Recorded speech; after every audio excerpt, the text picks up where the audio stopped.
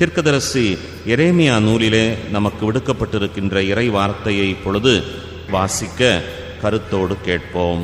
இச்சொற்கள் எல்லாம் உங்கள் செவிகளில் விழுமாறு உரைக்க ஆண்டவர் உங்களிடம் என்னை உண்மையாகவே அனுப்பியுள்ளார். இறைவாக்கினர் எரேமியா நூலிலிருந்து வாசகம். அதிகாரம் 26, இறை வார்த்தைகள் 11 முதல் 16 மற்றும் 24.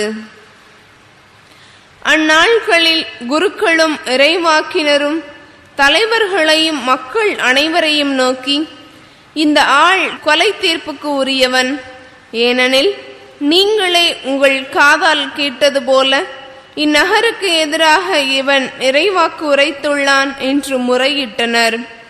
அப்பொழுது தலைவர்கள் மற்றும் மக்கள் அனைவரிடமும் எரேமியா கூறியது, நீங்கள் கேட்ட இச்சொற்களை எல்லாம் இக்கோவிலுக்கும் இந்நகருக்கும் எதிராக அறிவிக்குமாறு ஆண்டவரே என்னை அனுப்பியுள்ளார். எனவே இப்பொழுதே உங்கள் வழிகளையும் செயல்களையும் சீர்படுத்திக் கொள்ளுங்கள். உங்கள் கடவுளாகிய ஆண்டவரின் குரலுக்கு செவி கொடுங்கள். அப்பொழுது உங்களுக்கு அறிவித்திருந்த தண்டனை பற்றி ஆண்டவர் தம் மனத்தை மாற்றிக்கொள்வார். இதோ நான் உங்கள் கையில் இருக்கிறேன். நல்லது எனவும் நேரியது எனவும் நீங்கள் கருதுவதை எனக்கு செய்யுங்கள். ஆனால் ஒன்றை மட்டும் நன்கு அறிந்து கொள்ளுங்கள், நீங்கள் என்னை கொல்வீர்களாகில் மாசற்ற இரத்தப்பழி உங்கள் மேலும் இந்நகர் மேலும் அதில் குடியிருப்போர் மேலும் உறுதியாக வந்து விழும். ஏனெனில் இச்சொற்கள் எல்லாம் உங்கள் செவிகளில் விழுமாறு உரைக்க ஆண்டவர் உங்களிடம் என்னை உண்மையாகவே அனுப்பியுள்ளார். பின்னர் தலைவர்களும் மக்கள் எல்லாரும் குருக்களையும் இறைவாக்கினரையும் நோக்கி, கொலை தீர்ப்பு இந்த ஆளுக்கு வேண்டாம், ஏனெனில் நம் கடவுளான ஆண்டவரின் பெயராலேயே இவன் நம்மிடம் பேசியுள்ளான் என்றார்கள். ஆனால் மக்கள் கையில் எரேமியா அகப்பட்டு கொல்லப்படாதவாறு சாப்பானின் மகன் அகிக்காம் அவருக்கு உறுதுணையாயிருந்தார். ஆண்டவரின் அருள்வாக்கு. இறைவனுக்கு நன்றி. திருப்பாடல் 69. எனது விண்ணப்பத்திற்கு கடவுளே பதில் மொழி தாரும். எனது விண்ணப்பத்திற்கு கடவுளே பதில் மொழி தாரும். எனது விண்ணப்பத்திற்கு கடவுளே பதில் மொழி தாரும். எனது விண்ணப்பத்திற்கு கடவுளே பதில் மொழி தாரும். சேற்றில் நான் அமிழ்வதிலிருந்து என்னை காத்தருளும். என்னை வெறுப்போரிடமிருந்து ஆழ்கடலில் இருந்தும் என்னை விடுவித்தருளும். பெருவெள்ளம் என்னை அடித்து கொண்டே போகாதிருப்பதாக. ஆழ்கடல் என்னை விழுங்காதிருப்பதாக. படுகுழி தன் வாய் திறந்து என்னை மூடி கொள்ளாதிருப்பதாக. எனது விண்ணப்பத்திற்கு கடவுளே பதில் மொழி தாரும். அல்லேலுயா, அல்லேலுயா. நீதியின் பொருட்டு துன்புறுத்தப்படுவோர் பேறு பெற்றோர், ஏனெனில் விண்ணரசு அவர்களுக்குரியது. அல்லேலுயா, அல்லேலுயா. ஆண்டவரை நற்செய்தியை தகுந்த விதத்தில் எடுத்துச் சொல்ல என் உள்ளத்தை முதட்டையும் தூய்மையாக்கும். ஆண்டவர் உங்களோடு இருப்பாராக. புனித மத்தேயு எழுதிய பரிசுத்த நற்செய்தியிலிருந்து வாசகம். மத்தேயு நற்செய்தி 14வது பிரிவு 14 முதல் 12 வார்த்தைகள். அக்காலத்தில் குறுநில மன்னன் ஏரோது இயேசுவை பற்றிய செய்தியை கேள்வியுற்றான். அவன் தன் ஊழியரிடம், இவர் திருமுழுக்கு யோவான்தான். இறந்த யோவானை கடவுள் உயிர் பெற்றெழச் செய்தார். இதனால் தான் இந்த வல்ல செயல்களை இவர் செய்கிறார் என்று கூறினான். ஏரோது தன்னுடைய சகோதரரான பிலிப்புவின் மனைவியாகிய ஏரோதியாவின் பொருட்டு யோவானை பிடித்து கட்டி சிறையிலே அடைத்திருந்தான். ஏனெனில் யோவான் அவனிடம், நீ அவளை வைத்திருப்பது முறையல்ல என்று சொல்லி வந்தார். ஏரோது அவரை கொலை செய்ய விரும்பினான். ஆயினும் மக்கள் கூட்டத்தினர் அவரை ஒரு இறைவாக்கினர் என கருதியதால் அவர்களுக்கு அஞ்சினான். ஏரோதின் பிறந்த நாளிலே ஏரோதியாளின் மகள் அவையினர் நடுவிலே நடனமாடி ஏரோதை அகமகிழச் செய்தாள். அதனால் அவள் எதை கேட்டாலும் அளிப்பதாக அவன் ஒரு வாக்குறுதியை ஆணையிட்டு அறிவித்தான்.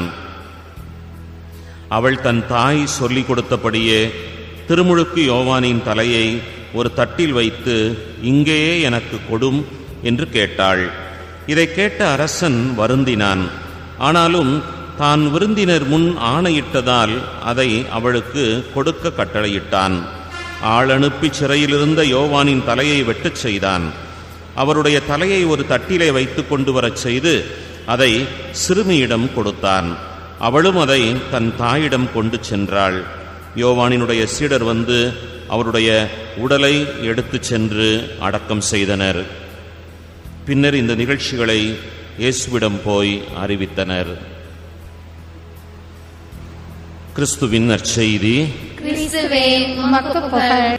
தீர்க்கதரிசி எரேமியா ஆண்டவர் பெயரால் போதிக்கின்றார். மக்களினுடைய மனமாற்றத்தை அவர் ஆண்டுடைய பெயரால் எடுத்துரைக்கின்றார். மக்கள் நீங்கள் மனம் மாறினீர்கள் என்று சொன்னால் ஆண்டவர் மனம் வருந்துவார். தான் இந்த மக்களை தண்டிப்பதாக தீர்மானித்தேனே என்பது குறித்து ஆண்டவர் மனம் வருந்துவார் என்று சொல்லி தீர்க்கதரிசி எரேமியா கூறுகின்றார். மக்கள் கூட்டமும் அரசர்களுடைய அவையும் சேர்ந்து இவன் கொலை செய்யப்பட வேண்டியவன் என்று சொல்லி, எவ்வாறு நீ இப்படி சொல்லலாம் என்று அவரை கண்டிக்கின்றது, அவரை தண்டிக்க பார்க்கின்றது. ஆனால் அவரை ஆண்டவர் தப்புவிக்கச் செய்கின்றார். மிக தெளிவாக நாம் அறிய பார்க்கின்ற ஒரு உண்மை, ஆண்டவர் அவரை தப்புவிக்கின்றார். ஆனால் இன்றைய நாளினுடைய நற்செய்தியிலே நாம் சொல்ல பார்க்கின்றோம், ஏரோதியாள் இவர்களுடைய வாழ்க்கையில் செய்கின்ற தவறை திருமுழுக்கு யோவான் சுட்டி காட்டியதால் அவரை சிறையில் அடைத்ததோடு மட்டுமல்ல, ஆணையிட்டு தான் கூறியதனால் அந்த யோவானினுடைய தலையை சிறைச்சேதம் செய்து தட்டிலே கொண்டு வந்து பரிசாய் கொடுக்க கட்டளையிடுகின்றான். முன்னது இறைவாக்கினருடைய வாழ்விலே ஆண்டவர் தப்பிக்கச் செய்கின்றார் அந்த தீர்க்கதரிசியை. திருமுழுக்கு யோவானினுடைய வாழ்விலே பார்க்கின்றோம், ஆண்டவர் அவரோடு உடனிருந்து அவர் தன் சார்பாக அக்கிரமத்திற்கு அநியாயத்திற்காக இரத்தம் சிந்தி சான்று பகர செய்கின்றார். இந்த இரண்டும் வேறுபட்டு நின்றாலும் உண்மை ஒன்று. அநீதி, அக்கிரமம், அராஜகம் என்று வரும்பொழுது ஆண்டவர் சும்மா அவற்றை பார்த்து கொண்டு இருக்க மாட்டார். அந்த அக்கிரமத்தை, அந்த அநியாயத்தை ஆண்டவர் தன் சார்பாக நின்று போதிக்கின்ற போதகர்கள் வழியாக கண்டிக்கின்றார். தண்டிக்கவும் அவர் தயாராக இருக்கின்றார் என்பதைத்தான் இந்த நாளினுடைய இறைவாக்கு சொல்லித் தருகிறது. அதற்காக தன் உயிரையே கொடுக்க நேர்ந்தாலும் அவர்கள் ஆண்டவர் சார்பிலே இரத்தம் சிந்தி சான்று பகர்கிறார்கள் நீதிக்கு, நேர்மைக்கு, உண்மைக்கு என்பதைத்தான் நாம் உணர பார்க்கின்றோம். இத்தகைய ஒரு நல்ல அற்புதமான மேலான ஆண்டவர் மிக அருமையாக சொல்லித் தருகின்றார். இந்த நாளை இனிய நாளாய் ஆக்குவோம். இனி வருகின்ற காலங்களிலும் ஆண்டவரே, அறுவடை மிகுதியாய் இருக்கிறது, அறுவடைக்கு உரிய ஆட்களை எமக்கு தாரும் என்று சொல்லியும் நாம் இந்த நாளிலே இறைவனிடம் விண்ணப்பிப்போம். இனிய நாளாய் இந்த நாள் இருக்கட்டும். இணைந்திருந்து கேட்டு மகிழ்ந்து இறைவனை துதியுங்கள். ஆமென்.